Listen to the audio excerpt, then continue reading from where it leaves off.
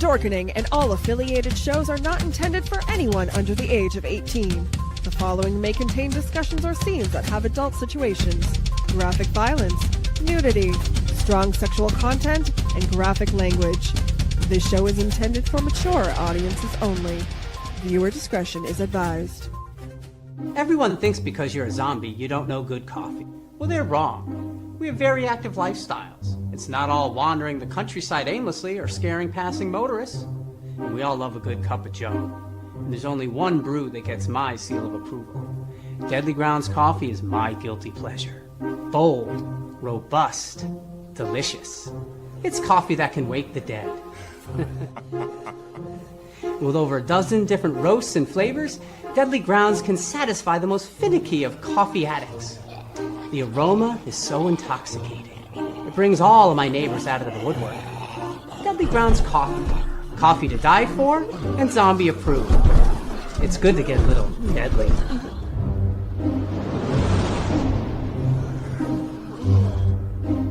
Use the front door! Oh, they're so disgusting.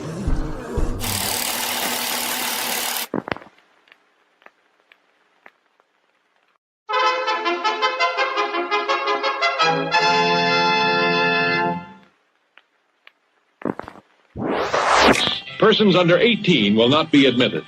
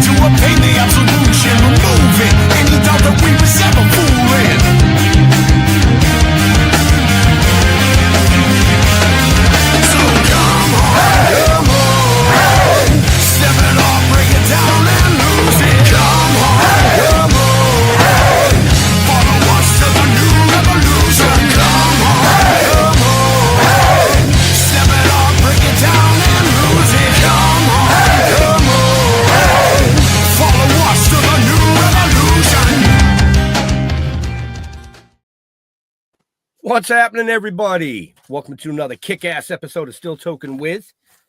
Yeah, I'm me. You know who I am by now. If you don't, well, I'm sorry. That's just kind of the way it goes. I'm super excited about tonight. We've known this gentleman literally since we started in the industry of 2017. 2017. There's the fucking voice in my head already. That's right. I even remember where we first met him. Oh, I bet you do. I bet you do. And it was Hanover. You're right. It was in a fucking snowstorm. But anyway, this gentleman has done literally everything. Literally everything. He even sat down with the Grim Reaper and smoked a joint. We'll talk about that. But before we get to the guest, let me welcome the man who brings flash to flashy, Mr. Jeffrey Mark. Yeah, I'm all excited to be here today. Anytime I get to geek out with people, I'm having a good time. And like you said, our guest today has like 37 fingers and 47 pots. I don't even know where to begin, but we're going to get to all of it. Jeff? Hey, I'm stuck in the woods again. I can't get out. I just can't get out. No, I'm excited. We've had plenty of conversations, hanging out with this guy. Sometimes he's fun, sometimes not so much. It depends on the day and how he's feeling. Honestly, I think it's the color of whichever freaking Aloha shirt he happens to have on. That's just my personal opinion. you know. But let's bring him right in, Mr. Gary Sohmers. Aloha. Aloha. Welcome. How Nice are you to- this eve? I'm doing great. Just working and rocking and rolling like usual. Very nice. If I don't Getting have exci- 20 projects going, I have 30, you know. So Right. So you excited about this weekend's upcoming show? this weekend, we have the Northeast Comic Con and Collectibles Extravaganza, the beginning of our 40th season of Wow. Collectibles Extravaganzas. Goes all the way back to 1985. And yeah, I'm pretty excited. We got 100+ vendors. We got really great guests. We got artists, cosplay, entertainment, weirdos like you, me, and Jeff there. You know, we're all like we are the show because people come to meet us, and we have a lot of fun with the people there. It's a different kind of Comic-Con. It's not your giant stadium show. Right. It's a hotel that somebody said was like being in Hobbit land, because there's you know, you can't even explain it, but there's greenery. It looks like whatever Jeff's background is right there. Looks like the lobby and the hotel courtyard. And Yep. in that courtyard, you get to see interviews with guests like Barry Bostwick and Alan Ruck and Kat Cressida and Mark Rolston and Christine DeBelle and Roy Thomas, and live entertainment with the anime cosplay, dance play, Idol Project and Sandy Netburn, and Yep, Sandy. lots of great fun stuff. Karaoke with Cowboy Mock Bell. Just like a lot of you pay your admission, you get free parking. We still want to give you your money's worth, more than that, you know. And so we expect it should be guaranteed not boring. And I was waiting for that. And folks, Jeff and I have done this show since 2018, right? Jeff? So when we 2018 started, yeah, at the Regency in Boxborough. yep. And the beauty of that hotel that I like is there's a freaking swimming pool right there in the courtyard. So you literally can jump in the pool and watch the entertainment. Yeah. All right, You that's could it. have filmed Jurassic Park in that courtyard. I'm could. coming next year. That's all. You've already talked me into it. It's I'm a beautiful place. flying in from Palm Springs next year. I will be there. It's twice a year. We do it the second week of March, and we do it Thanksgiving. And at Thanksgiving, you know, a lot of people go to their relatives, but there's a lot of people like us who really don't want to go to the relatives or have the opportunity to go to relatives or family. But this is not just a good excuse. We are now a family that has our Thanksgiving together, laughing, wheeling and dealing. And in the case of most of the people at the show, getting baked in some manner and partying until late at night. And that's sort of the two parts of our show. There's the after hours, which is very social. And you guys know you're part of that social scene. I work my butt off to make everybody happy all day. I go home. So I don't mind. I think that I can trust Ron and you guys to do a wonderful experience for all the guests. The hotel's sold out. It always is. And it's all us. It's all our people. So it's a very cool scene. Yeah, and that's the other thing I was going to say, like not like some of the bigger cons where you have people from out of town in the hotel and this and that. This hotel is sold out, and it's everybody that's in the convention. The So celebrity guests all go to the bar after the show and hang out with everybody, and it's a very cool. It's a very intimate show. Thank you. You know, I mean, the idea of the show was to merge many different niches into one bite-sized event that could be cost-effective for families and for, you know, vendors and everything else. But also, I'm not trying to compete with all the big shows, trying to do, we've got the biggest star on the planet this week. Oh, good for you. You know, I got people I like and I want to meet, you know, so. Right. You paid $75,000 to have that big star at your show. So no, that was $75,000 for the first hour. You see, right? It's just outrageous. You know, it's just But anyway, good for them. Yeah, exactly. Good for them. Right. I did that in the 1990s. In 1990, when we did the Lost in Space cast reunion at the Bayside Expo Center, we drew about 20,000 people. It was like only $8 to get in, but in American money now, that's about 3 million, or something. I don't know. But the difference is that was huge for our generation. Like, it was only the 25th anniversary of the show. So, wow, now it's been, 60. So, Do it again. Bill Mooney is still with us, and Angie Cartwright and Marta Kristen. I know them all, and they're all still here. I do too. I know them all. I love doing it. I did it in 1995, did it again in I did 90, 95, and then we produced the Return to Earth celebration in Hollywood in 1998, which was the last full cast reunion. And then we got a partial cast after Jonathan passed.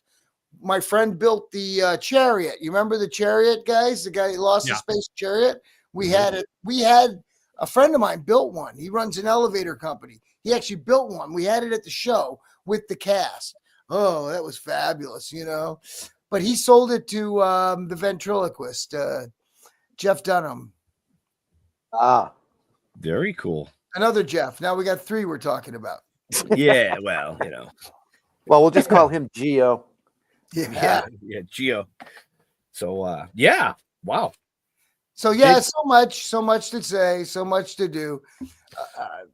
Let me ask about something other than this convention, which I'm sure we'll get back to towards the end of the program. Anything you want. You appraise things on Antiques Road Show. I find that fascinating. And this is a geeky question, but it's a question I've actually been asked by fans of mine, and I didn't know the answer about that show. People show up with like, ooh, here's a 7-foot alarm clock that weighs 2,000 pounds. Now, they don't just show up out of the blue that way. When it's something, so some of this has to be coordinated, right? I mean, they don't just show up at the door, go, hi, I'm here. So do you want to know the story? Yes, sir. All right. So here's the reality of it. When the show started in 1996, they had their first taping. It was very hush hush. The only appraisers they had were people from like Sotheby's and Christie's. They knew the price of every $1 million item, but they didn't know anything under $1,000. Under 100, ooh, a record album, a toy, $1. No, they had no idea. So when they were going to tape their first shows, a friend who was at that taping suggested me because I was doing psychic appraisals on radio where people could call in and I could tell them what their stuff was worth without even seeing it. So, and I'm right on when it comes to that. I got powers. But anyway, that's not I believe you. So when Roadshow started, the original executive producer's model was, let's be surprised. Let's let them come in with anything. Everybody that comes through the door by this time, we will see. There were 55 appraisers. No, there was 80 appraisers in the room in all the different niches. And 55 segments were being filmed. So we didn't all get on TV every time. Right. So in the beginning, we were getting like 8,000 people the first year. Maybe that was like the tops, maybe 8,000. And we would go for about 8 hours. By the third season, after people saw it, we were getting 25 to 30,000 people. When we did Los Angeles, we shut down downtown Los Angeles. The lines were going everywhere. We stood up on the roof at Tampa, me and a couple of the other appraisers in Tampa, and we saw the line stretch all the way out over a bridge onto an island and wrap in a big circle. And we let anything come in. A guy would go down the street, see a box of trash on the sidewalk, put it in his car, and come to Roadshow. And we would see him and tell him what his box of trash was. So we had people come in with entire bedroom sets, including the mattress. I mean, and then they say to them, well, that's about $100 for the whole thing. Yeah, it's only going for about $25 a cord these days. So, you know, you could probably sell it as firewood. So, but what would happen is the most amazing things would come in. And this is right at the beginning of Fleabay. Before Fleabay became everything that it is, in the beginning, 1997 to 2000, Fleabay was just Beanie Babies, Magic the Gathering cards, stolen computer parts, you know, things like that. And you couldn't just look up anything and see what its price was. So nobody knew. We experts knew because we bought and sold the stuff, and they needed that knowledge that comes from being on the street. Well, Roadshow, PBS, needed that knowledge. They needed us to make good television. So after about 5 years, the original executive producer moved on. She was doing that ballroom dancing show on there, which became huge. And they had a new executive producer come in. Well, she changed things a lot. And I managed to last another 5 years, 6 years with her before I left. But she changed the whole show to now, all the way to now. You don't get on the show at all. You don't even get into the venue unless you send a picture in. You send a picture in and you say, I know nothing, you know, and then they send the pictures off to the appraisers, and the appraisers pick the things that they think would make interesting storytelling. So it's so limited, and everybody knows what they have already. And now you watch somebody go, oh, yes, it's a very rare antique and it's worth $1 million. They go, oh, well, I knew that, but can't you tell me anything I don't know? You know, and it's like, So I quit when Stump the Appraiser became the game. Gotcha. Okay. What a great story. Thank you. Right. So the reason I wore Hawaiian shirts on the show was just a fluke, just a total fluke. I wore Hawaiian shirts all the time anyway, you guys know, and I always have. So when I got the documents from Antiques Roadshow to come to the first taping, they said to wear your best business dress. Well, I wore a really nice Hawaiian shirt, brand new orange Chuck Taylors in bright glow orange. And I show up and everybody else is in a suit. The women are dressed like they're going to the opera. I mean, it was just insane. So I go up to the executive producer and I say to her, would you like me to wear a sport coat so I look like I fit in? Because I'm happy. She goes, no, honey, you're fine. Just go. You're not going to make it on TV. Just go. Just do the appraisals, have fun, see what comes in. So the first thing that comes in for me that I loved, and I said this should be on TV, was an oil painting by Frank Zappa. ooh, Now, the story goes that the woman shows up with this painting, and at the entrance, they give you a ticket saying which department to go to. And they gave her a paintings department ticket. She goes to the paintings department. And the woman at the paintings department goes, let me see. No, dear, I see no Zappa under old masters. Oh, no, he's modern. Oh, no, dear, I see no Zappa under modern masters. Oh, no, he's a musician. Oh, celebrity art. Well, it might be worth something, but, you know, maybe $100. So she goes walking away, thinks she has a $100 painting. Just so happens the lighting guy, Chaz, had been on the road with Zappa. So he goes, you should go show that to the hippie over there. So she goes up to me with this painting, and my jaw almost hit the ground because I saw Zappa's signature on it. And it's giant painting of an opera scene with a fat lady with the horns in the center. And it's just brilliant. And I just went, oh my, tell me the story.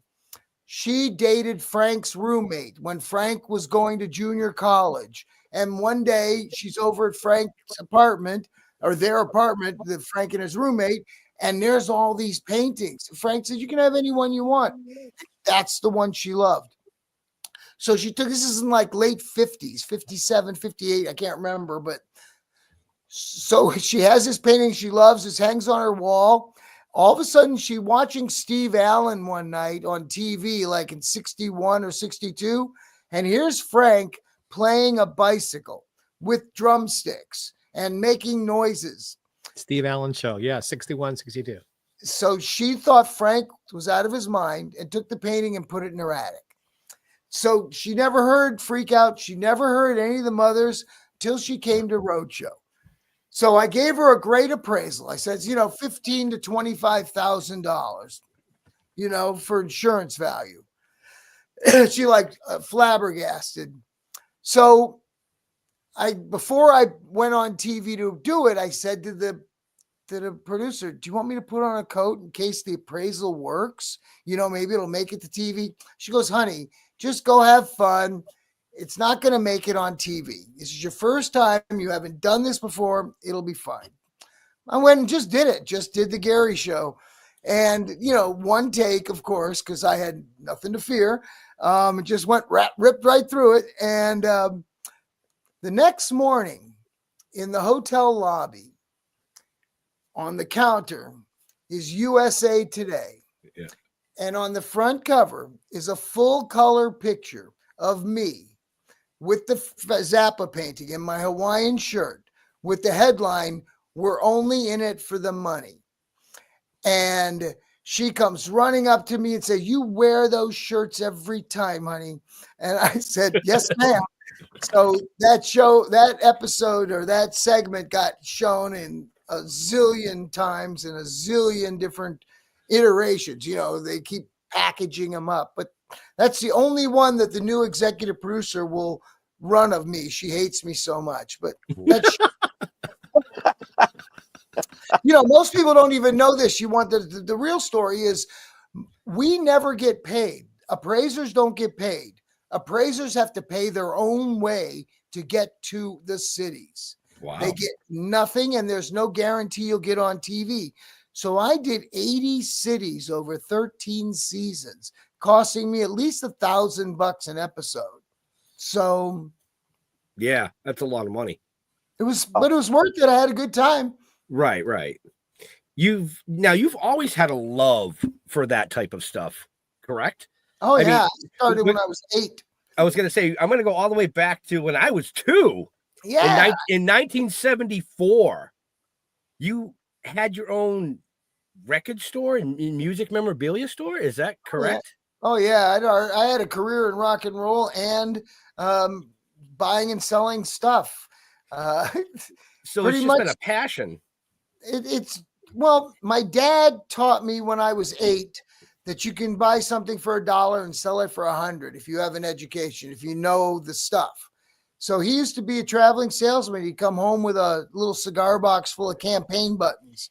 I'm like, what are these? He taught me all about politics, taught me all about economics, taught me all about buying and selling antiques and collectibles through this. And just an amazing thing. So when I was 8, I started having my own yard sales because he said, you want new toys? Go sell the ones you're not playing with. So I just would start right there. I take a loss on every sale, but I make it up in volume. Yeah. Good point. I'm still at it, Right. But you have many loves from the collectibles and the memorabilias to writing, to music, to actually singing and playing. Let's go fast forward to, what was it, last year that it came out? Well, you talking about Beasties? I'm talking about Beasties. So I wrote Beasties, a sci-fi rock opera in 2017, January of 2017. I came out of a fit of depression. And again, depression's not bad. It's just something people go through. And I went through it a lot. But when Trump won the first election and was about to be inaugurated, I was in a state of depression. I'm not this time because I knew what was going to happen. So, hell would come freeze over. So not the point. But 8 years ago, I wrote Beasties. I wrote 3 novels and 17 songs, packaged them all together into a stage show in 1 week. Now, I didn't know whether it was good or bad. It flowed out of me. It tells the story of me. Well, I guess it's multiple me's. The me that, so it's autobiographical, but from different perspectives. Right. The concept of the story is you're going to see or hear a 2-hour time period from the perspective of many different people. And any 2-hour time period, like even right now, we are all experiencing this from different perspectives. They're hearing, they're speaking, there's learning, there's so many different things. Some people, zone, and some people are zoned in. It's just like way reality is. So I wrote it. First book, one book is from the perspective of a stage manager. He finally gets a gig. All right, let's start with voice. The story is a rock and roll guy who's been on the circuit for 20 years finally gets a hit record. And a promoter says, I love you. I'm going to put on a free concert for you in Central Park. And 250,000 people show up. It's huge. This concert is the event.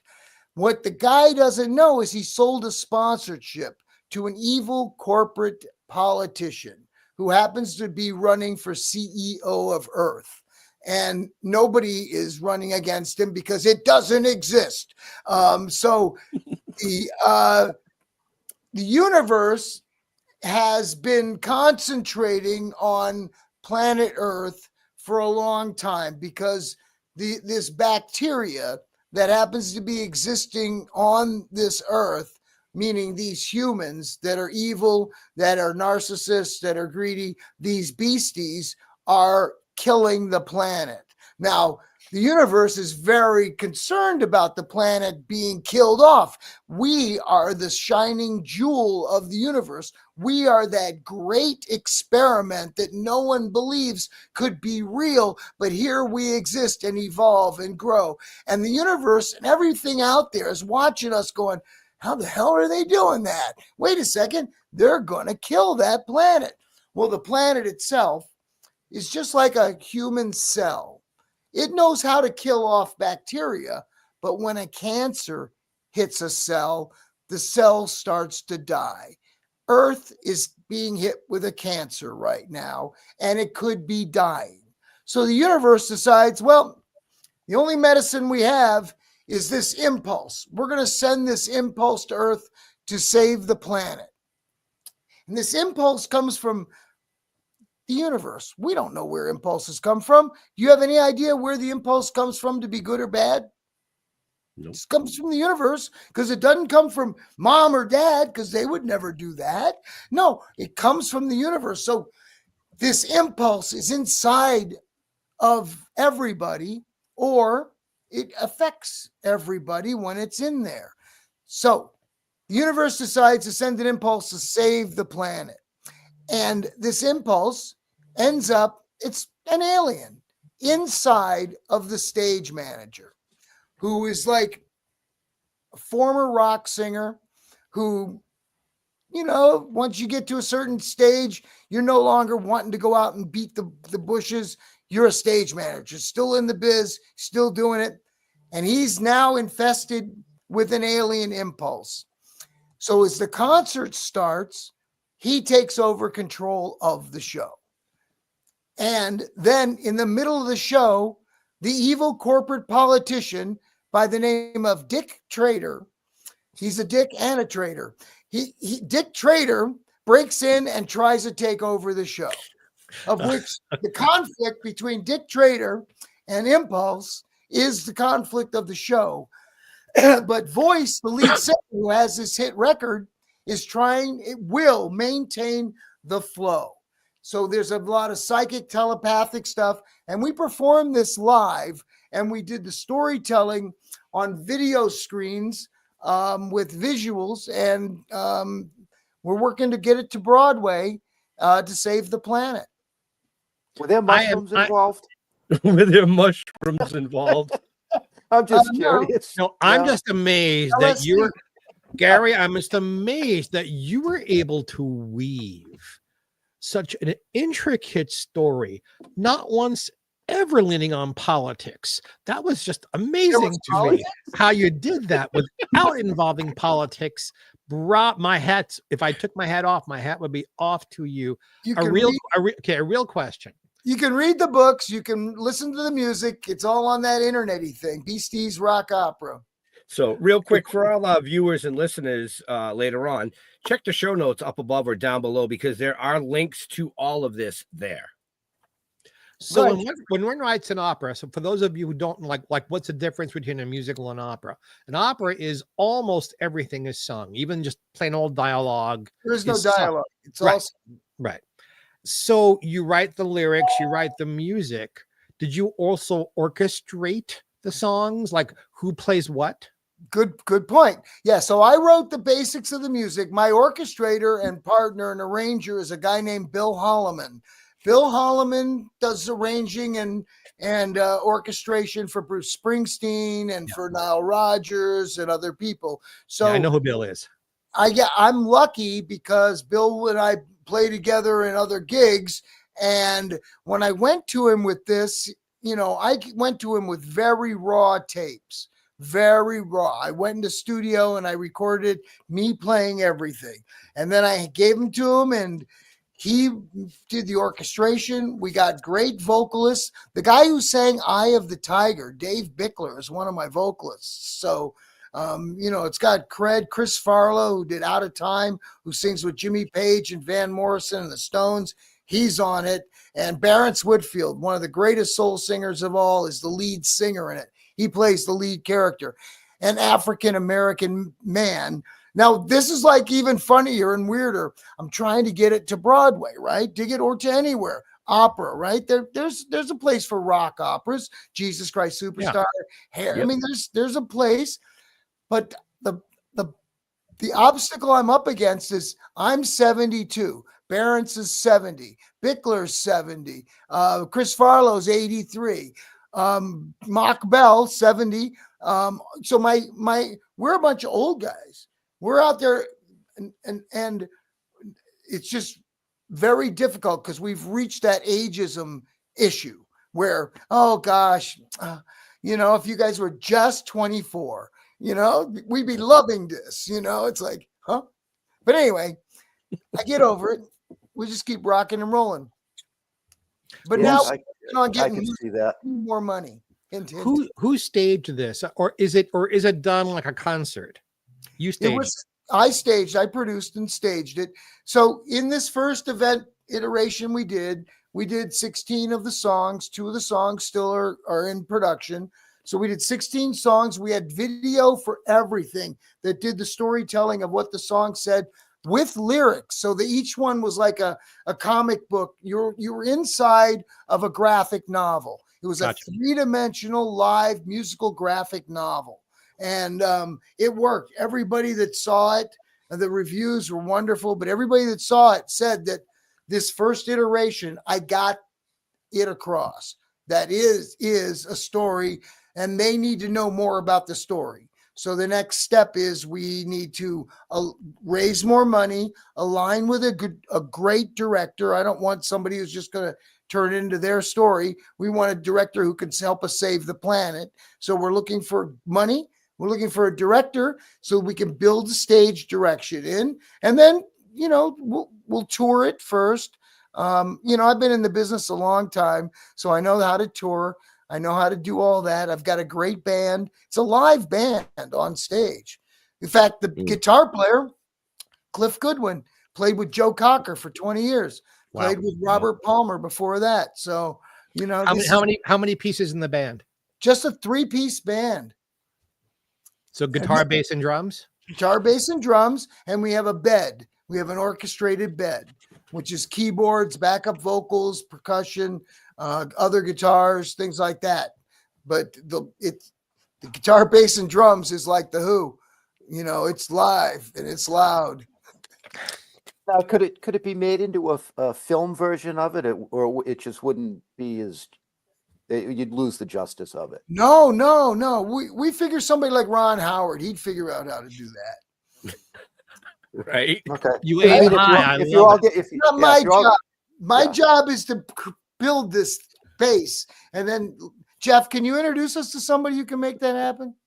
Yes, as a matter of fact. Or do you mean the other Jeff? No, either one. I'm open. Hey, Yeah, I just sit think, here and look yeah, good. because it sounds to me like what you're butting heads against is your age. So if you can do a little bit of touring, but turn this thing into a film, that's how I'm seeing it. I mean, Absolutely. It could be like just out of shits and giggles because of who I am and who I know. I pitched Miley Cyrus to do the female lead, and she didn't say no. So she's just doing something else right now. So Right. So I mean, I believe that as soon as I find a director, as soon as I find money, find a director, it's going to be easy to cast it for Broadway. I have a touring. It's just like any Broadway show or any other show. It tours. You got an A and a B cast that are touring. You got your Broadway cast. You got your West End cast. You send one cast to Australia. Somebody tours Asia. It ain't me, babe. I'm just Gary, I got to encourage you to think big. You're thinking way too small here. I know. The universe will provide. That is so very Beasties cool. now playing on the moon. Yeah.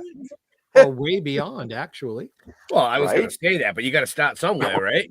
Where does the impulse come from? If anybody can answer me, that would be just amazing. I mean, I this philosophical conversation of trying to find out where does an impulse come from? Where does anybody deep inside them go, oh, I think I'm just going to go shoot that guy.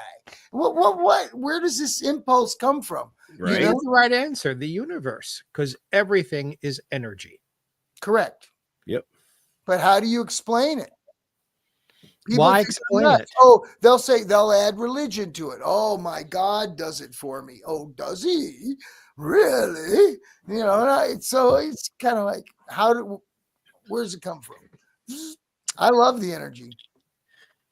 Yeah, it is. It's all And energy. and you're full of energy. I've got to say, I do have to say one thing. On a serious note, I'm really glad to see you back to being Gary again. Hey, I'm doing pretty good for a dead guy. Right. And for the folks watching and listening, it was year and a half ago. Yeah, at the end of 2023, right? Yep. A week before the Comic-Con. A week before the November show. We show up at the November show and it's all hush hush. And like I've said, we've known Gary and everybody affiliated with this show since we started. So we're part of their family. And one of Gary's heads pulled me aside and said, Gary had a heart attack. And I said, are you fucking serious? And believe it or not, nobody knew I had a heart. That was what really the problem. Well, yeah, I think that's what shocked me the most. But the shock was that Saturday night. So the show is Friday, Saturday, Sunday. That Saturday night, this MF shows up at the fucking show. I'd been dead. I'm back. I owed somebody money. I don't die and leave somebody I owe money. That would not be cool. But I am glad to see that you're back to the full swing of things. That's really cool. Yeah, I'm doing well. Logistically, how hard it is to do an event like this. I mean, I've been producing events since 1971. And for those of you who can do math, good luck. But I mean, I've somehow put together a brain that can logistically manage it. Many people can't. So I'm not really good at other things, like making podcasts, but I can sure make the magic happen live and in person. So I also think it takes that team you have too. Without a team, you're the best. I'm telling you, are so right. I could not do it without everybody. Bob and Christy and Ronnie and Rob and the whole team that makes my show go. I could die and the show will still happen. Oh, wait, I did do that. Right. Yeah, you gotta fly me in for Thanksgiving. I want to be a part of this. I really do. Ask those guys to pay for it. I'm in. There's the Gary I know. Right. Right. I was just gonna say, there he is. Yep, he's back 100%. I wanted to ask you something. I came across this thing, and I don't know if it's true or not, but did you get Styx their first major gig? Yeah. You did. You've heard of them? Of course. Styx? Yeah. So the story goes, in 1972, I got hired to run a series of concerts at the Aragon Ballroom in 1973. So Cool. my concerts were going to begin right in March, you know. So I'm booking acts that I knew. I was working with this guy Irv Azoff, who had this band REO Speedwagon nobody had ever heard of, and we were working with them a little bit. Hartsfield was a country rock Grateful Dead type of band. Siegel Schwall, I had a couple of blues guys I was working with, and I was just like 20 years old and passing out flyers and just hustling. And I got introduced to the Aragon, got hired to do the gig and book bands. So I booked acts that I knew, like Ted Nugent and the Amboy Dukes, Bob Seger, Tim Buckley, Freddie King, and I booked Richie Havens, and I was also, that doesn't pay the bills, I was at flea markets every weekend, and this is middle of winter. I'm still at flea markets, you know. I think it opened up 1st of March, and I'm out there on a Sunday, and this band is playing on a hay wagon at the flea market in Elgin, Illinois, and they did a half an hour. It was freaking cold. I don't know how they did it. But at the end, the last song they did was this song, Lady. And I go up to him. I says, man, that's a really catchy song. You know, I think that could be a hit. Oh, they go, oh, really? Thanks. I says, you know, I'm booking a series of shows at the Aragon. Would you like to play? Oh, yeah, we'd love to. So I negotiated $150 for them to be an opening act for, no, I think it was $100 be opening act for Richie Havens. They don't go together. You know, how, just like, but luck be having it. I get a call from the agent who who sold me Ted Nugent and Bob Seger. He goes, oh man, my friend's band's on tour in the States and they need that whatever Tuesday or Wednesday night. Can you put them on with Richie Havens? And I go, yeah, okay. So for $500, I got Genesis with Peter Gabriel. And so the show was, Raul Hardman band open, then Styx, then Genesis, and then Richie Havens. So that day, Styx's made a record deal with Wood Nickel Records. And literally 3 months later, Lady came out. No, 2 months. 2 months later, Lady came out. And I was their booking agent at the time.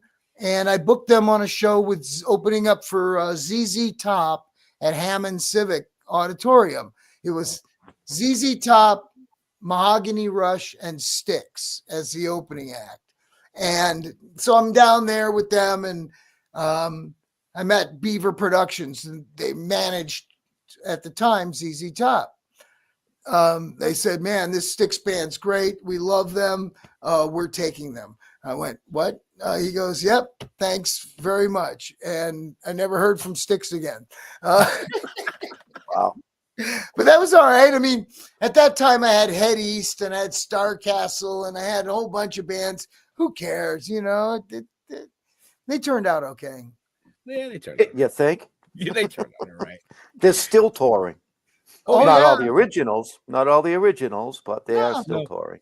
Yeah, actually, we saw Dennis DeYoung, what, 3 years ago?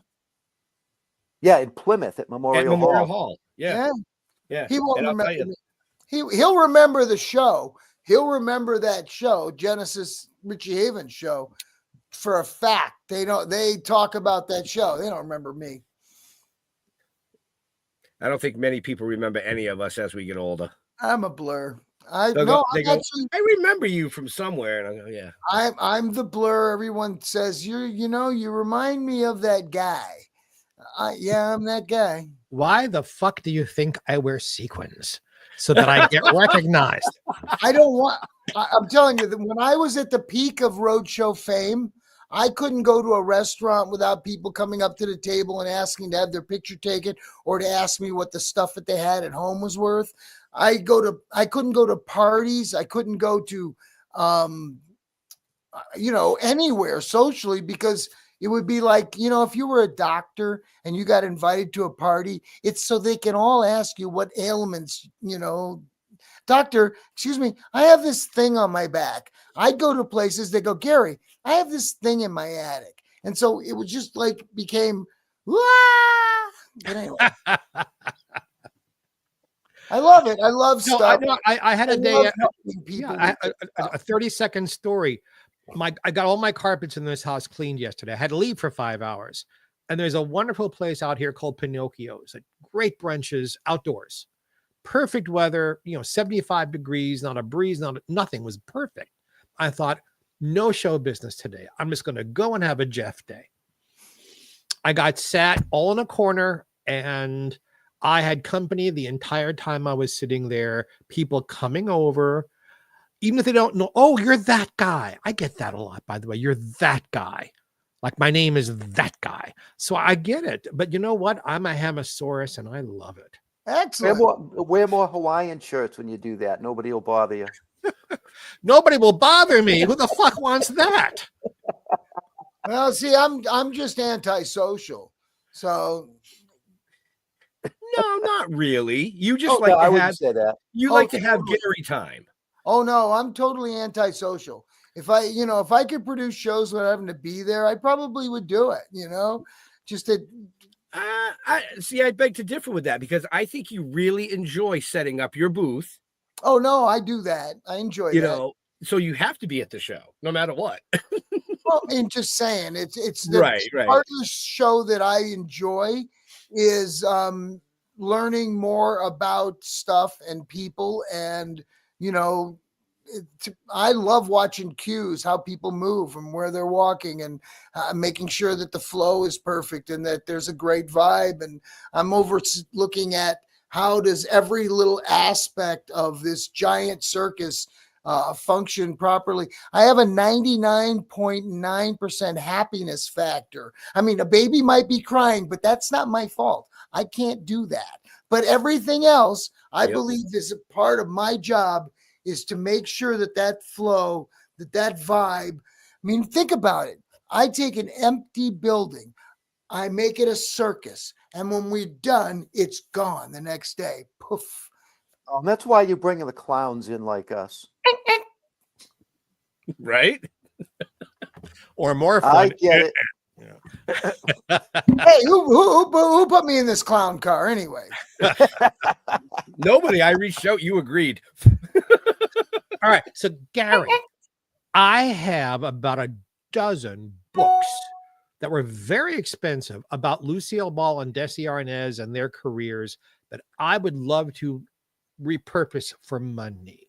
So tune in on me, and I'm not making fun because I believe that's why I'm asking. Yep. What do you think that would be worth? Is it worth selling, or should I donate? Autographed by Lucy? No, but I'll autograph him because I'm well known in the Lucy world. Yeah, unfortunately, the popularity of those characters of that time period is on the wane. I call it the nostalgia curve. Everything's really goes in popularity as you age to the point where you want to buy back your youth. But then all of a sudden you start aging, and now your youth is a long time ago and you don't need all this crap sitting around your house. So at this point, the generation that loved Lucy is aging and the stuff is coming out of the attics. There's no more people buying it. I have a Lucy autographed by Lucy, Groucho, and Harpo, all on the same piece of paper from Groucho's. So great, but nobody wants it. Oh, I'll send it to me. If you'll pay the price. It's for sale. No, I have Miss Ball's autograph. Thank you. Yeah, no, that's cool. But you have it with Groucho and Harpo, huh? No, I don't. Yeah.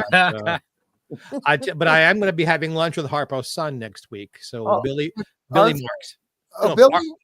Harpo's son. Billy Arthur was Groucho's son. I knew him. Groucho's I knew yeah. him from the Friars Club. Oh, But Billy lives out here in the desert, and we're going to have lunch next week. Nice, wonderful. He doesn't know me, but give him my best. No, I will. Good. I will. Big I will. So in other words, I should donate this to a library because nobody wants it. Yes, correct. Okay. Good point. And get a tax deductible little receipt. Right? Yeah. Okay. No, you're right on. I'm downsizing all the stuff I have because, I've written the definitive book about Lucille Ball's television career. Now I'm finishing her whole career in a book. I don't need other people's input anymore. I have my own. So That's correct. No, and your perspective is important now to get out, and all the other people's perspective is time for other people to be able to read it. What's the price? Matthew wants to know. Yeah. for the books, Matthew, or for his autograph? The price or his autograph, man? Oh, he wants the price of the Harpo Lucy Groucho. It's Yeah, like he said $800 for the piece. It's all framed with 3 pictures, and it's a piece of stationery from Groucho's You Bet Your Life, signed by all 3 of them. And the Lucy books I would sell for 150 plus shipping. There you go. You want them all? He's thinking it. He's He's thinking it yeah. over. He's thinking it over. Well, no, we don't have time for that. He says, Mark So, said he'll buy it. We'll see what happens. There was a quote that said, "You personally know the value of over 100,000 useless items." That's my Give me- specialty. Give me an example of what a useless item would be that has a value. You. Toys, Now. Sorry. toys that came inside cereal boxes in the 1950s. Okay. How useful is that? See, useless is anything you can't sit in or eat off of or eat. There's things like that. So I have my original Gumby and Pokey dolls, and I have my original Slinky good. and my original Wheelo. Oh, Are those good. things? Are those things worth anything? I have a Batman Wheelo that with the bat signal on it from 66, which I'm asking $25 for. So if yours is a bat on it, then it's probably worth $25. If it's just a generic one with the hypnosis one, ooh, I'm hypnotized. It's probably That's what a box of cereal costs now. 5 or 8. What? Yeah, right. You can get it for the price of cereal. All right. Sold. So you have the Batman Wheelo. Uh-huh. Bring it to the show this weekend for $25. I will buy that. Done deal. My Hey, my daughter collects Batman stuff.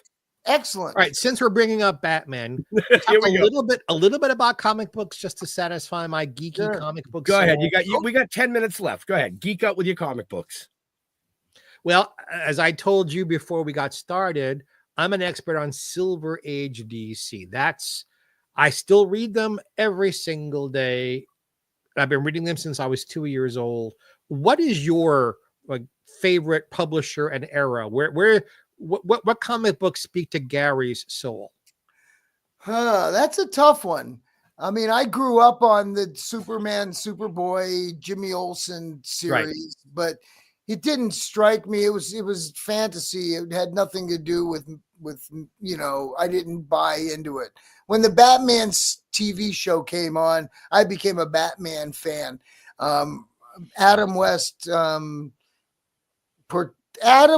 voice was the voice I heard when I read the Batman comics. I still can't not hear his voice when I read his words. So I guess the TV show convinced me that Batman was worthy, I guess. But then I got into rock and roll. And then many, many years later, actually 40 years ago this month, 40 years ago this month, somebody gave me the phone number for Adam West's booking agent because I was trying do my collectibles extravaganza and bring in a celebrity guest. And the weirdest thing happened. Adam West answered the phone. He had given me Adam West's home phone number. And Adam, and I, of course, there's the voice in my head.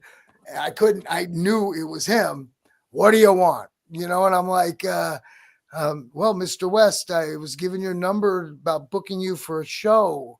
I'm not wearing the damn costume. And I went, oh, no, sir. No. What's it pay? I says, we'll pay for all of your transportation. I'll guarantee you a couple of $1,000. We'll pay for everything. You get to keep all the autograph money. I've never done this. We never charge for autographs. I just sign. I go, well, this is a $10 an autograph. You get all the money. Will I make any money? I hope so. You'll make at least $2,000. All right. So he comes, he flies out. First time meeting him, just like he's just Adam West. I mean, it was just like, oh my God. And here's, 12-year-old me going, or 14, 13, whatever I was. I'm like, oh yeah. So at the end of the first day, Adam never got up but once to go to the bathroom. And yes, how do we do? I said, Adam, you did 10 grand. You signed 1,000 autographs today. He goes, wow. Gary, can we do this every week? I loved Adam. Adam and I had the same agent for a while, Fred Westbrook. Oh, Fred. I introduced Fred to Adam through, Fred was a piece of work. I at the beginning, Andrew, do you know Andrew Goodwin? Yeah. So Andrew was Van Williams' agent at the time. And so I got a hold of Andrew because I was booking Van Williams from him. And I says, Adam needs an agent. Oh, so I introduced them, and then we put Fred on the road with him. Fred was, there was nobody else like Fred. No. I mean, even how he pronounced his name, because it was spelled Wastbrock, but he pronounced it Westbrook because everybody got it wrong anyway. Exactly. And we're going to have Burt Ward on this show probably in May. So, yeah. Well, that was the last show that Adam did with me. So this was in 2017. I was moving from the Shriners Auditorium, guys, right? You remember Shriners? I was moving to Hanover to the mall, moving my show to a new venue. So I call Andrew. I says, Andrew, can you see if Adam would come? Adam had done the Shriners for me. It's a North Shore venue. This was a South Shore venue. So he had done maybe a year and a half before. And I call up Andrew saying, maybe Adam could come and christen this new venue. And he says, no, Adam says he's not taking any gigs. I says, okay, just ask him, tell him it's me. I get a call back an hour later. Adam wants to do your show. I went, wow, I didn't know I had that good a clout. But he says he's only got one thing that he's never asked you for before, and he's insisting on it. I go, what? You have to bring Burt Ward. I went, what?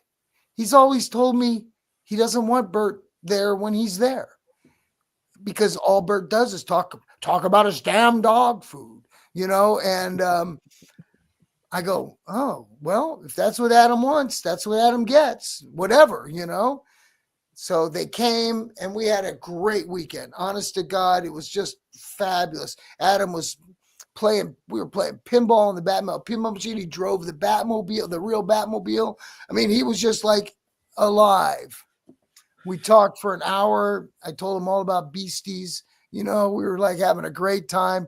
We were just like we had been for 35 years, And I said, so what are you going to do? He goes, I'm retiring. I go, no, really, what are you going to do? I'm going fishing. I go, and you're going fishing? He goes, yeah, I'm in the trout streams. I'm going to go fishing. I says, do you take a phone or cell with you or anything? He goes, no, don't want to be bothered. I says, what if something happens? Don't care. I was just cool. Go have fun. Right. A month later, he was dead. And they called me and told me it was just like heartbreaking because he was so alive. And then he was gone. Yeah. That's How pretty much what old happened. was he when he passed? Don't know. Over 80, I think. Yeah, he was Yeah. in his early 80s and Early looked 80s. great and such a lovely man. Such a lovely man. He was so fit. He walked around. I mean, I remember many years ago when he was having some back trouble, we had to get a wheelchair for him to for one or two shows. But he had the surgery and he was back. He was walking. He was doing everything. And he fit in the costume almost to the end. I mean, If he wanted to, but he wouldn't. no. Gary, we have our fan out there. Our Matthew Fisher wants to know what's the most expensive item in your collection.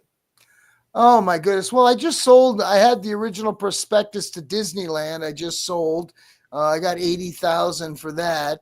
I mean, I have some really nice original art from Lee Falk's Phantom and Mandrake the Magician that I just love. I have Disney stuff. I have rock and roll stuff.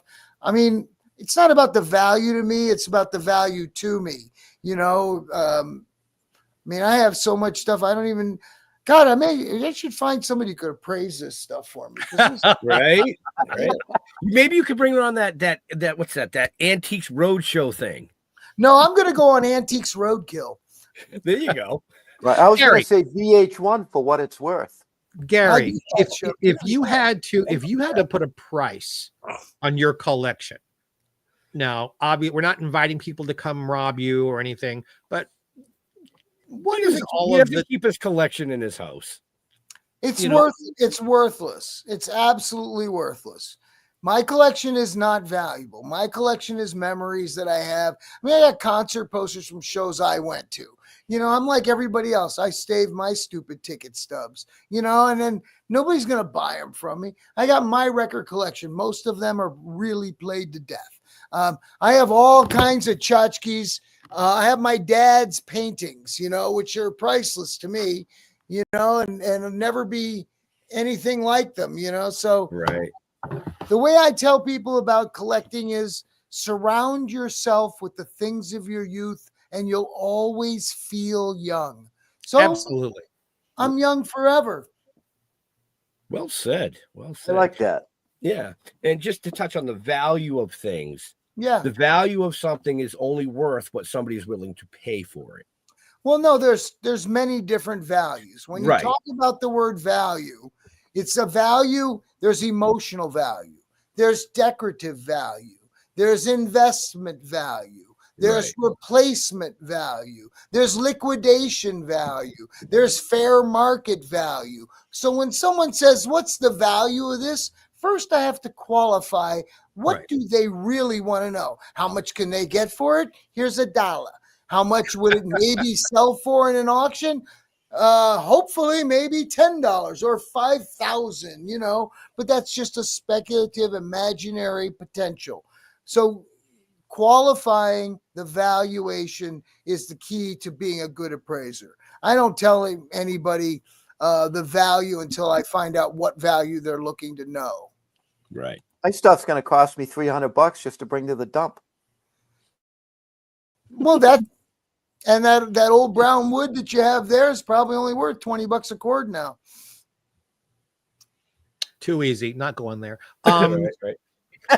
So we are actually running over time. Oh, sorry, I just talked too much. No, We're having a we ball. don't We're having a we don't ball. mind. I just got to watch the time because if I don't, Jeff down there, gets really hangry because dinner time is in about 15 minutes for him. Well, get it wrapped up then, bro. So, any last questions from you, Mr. Jeffrey Mark? Yes. Go ahead. What do you do, Gary, on a daily basis to stay in touch with the energy in the universe that you're sending and receiving? So I'm in the 3D business, downsizing, divorce, and death. So I'm all more or less a grief counselor, and I help people deal with that. So it's taken a huge amount of physical and mental and emotional change in my life to be able to accept the grief from people and help them cope. So I'm constantly having to be in touch with the universe and gain knowledge and share it. And so just being a conduit is part of accepting you're a conduit. You know, you can deny it, you can accept it, or you can just ignore it and pretend it doesn't happen. But I accept my status, and I hope you'll all read my books, because if you read the Beasties books, all 3 of them, you will gain knowledge about how the universe works and how all these things go together. And I hope that, you know, musically and mentally, you can accept the conduit message that's being sent to you. Excellent answer. Excellent. So, Wow. Jeff. All right. Yeah, I want to. We've never talked about it. I mean, we've known each other and, you know, chit chatted here and there. But have you ever had a pet? I've had several pets. I've had probably 20 different cats. I had an Afghan hound for 12 years. He was like my best friend. I can't have pets now because it hurts too much when they pass, and none of them are going to live as long as me because I'm immortal. So it's really hard to deal with the grief. You know, I can deal with other people's grief. The loss of humans, you know, that's fine. I can't deal with loving a pet and having them die. Get a rodent. They don't hurt as much. Oh no, for me it would. I'd bond with it. It'd be like, you know. Oh, you mean for the ones that you feed the snakes? Oh yeah, Right, yeah. Besides, you wear your hair like an Afghan, so you keep it with you. Oh yeah. No, we looked alike. I can see that. No, I had brown hair. He had brown hair. I had a beard. He had a beard. He got the chicks. I didn't understand that. I think it was the way he sniffed butt, but I just couldn't do that. Right. So, anyways, for all our viewers and listeners later on, make sure you check the show notes up above or down below. It'll take you anywhere you need to go to find out more about this amazing guest. But if you're in the New England area, and even if you're not, and you don't mind a little bit of a drive, head up to the Boxborough Regency this Friday, Saturday, and Sunday for a guaranteed not boring kick-ass time. March 7th, 8th, and 9th, in case you're in a different time zone. Yeah, like if you're from Australia and you want to fucking fly here, be my guest. So, you know. Right. We will be in the house along with a whole ton of other fantastic people, artists, and oh yeah, some great artists. And I will be there in spirit. He will. I'll send you pictures. You can always just put a picture of him in your booth, guys, and that way he's there, you know. Well, actually, I think we're going to have the TV with us. We can just connect this YouTube feed right to the TV and just play this over and over and over. Yeah, that'll annoy your neighbors. Yeah, Gary will like it. He can come by and see himself all the time. So it's going to be a fun weekend, March 6th, 7th, 8th, and 9th at the Boxborough Regency Hotel, Northeast Comic Con at necomiccons.com. And I appreciate getting the time to talk about Beasties. You can go listen to the music at beastiesrockopera.com. It's also on Spotify, Apple, and all those other weasels that steal all the money from the entertainers. But, you know, you got to be there to play it. But on our YouTube channel, you can watch lyric videos of all of our songs that were also used in the stage show. On Facebook Live, on our Facebook page, you can actually watch the concert from October, the entire concerts on our live videos page on the Beasties Rock Opera Facebook page. Pretty groovy.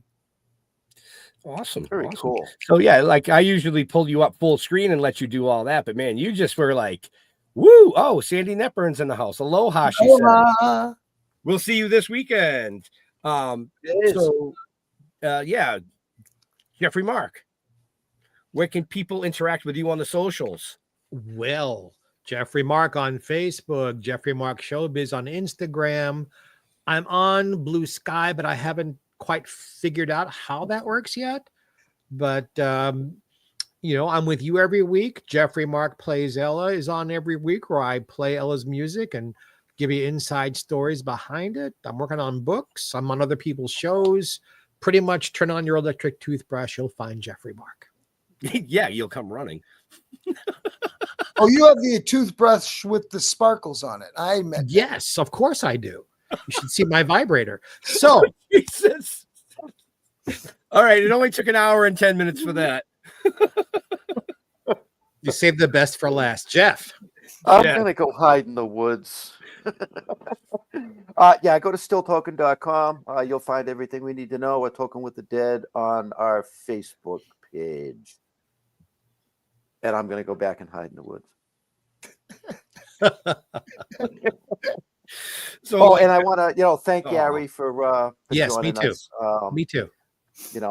It's funny when you sit down with even people that you know, and you sit down on a show like this, you get a different perspective. right. I'm just trying to figure out how I want to perceive this perspective that I just got from Yeah. Gary. very good. Very wise, grasshopper. So like Jeff said, you can go to stilltoking.com. You can find out everything you want to know, from the novels to the comic books to the live action TV series to the new animation. And speaking of the new animation, it is on our YouTube channel, so you can head over there and watch it anytime you want for free. But get off your couch, come down to Northeast Comic-Con collectible extravaganza this weekend. See us, see Gary, see a lot of amazing other people. I'm not going to tell you who's there. You got to go to the website, buy your tickets. You'll see who's there. To all our veterans and first responders, we want to thank you for doing what you do so people like us can come up here and do what we do. Stay safe. We'll see you next week. We are out of here. Aloha.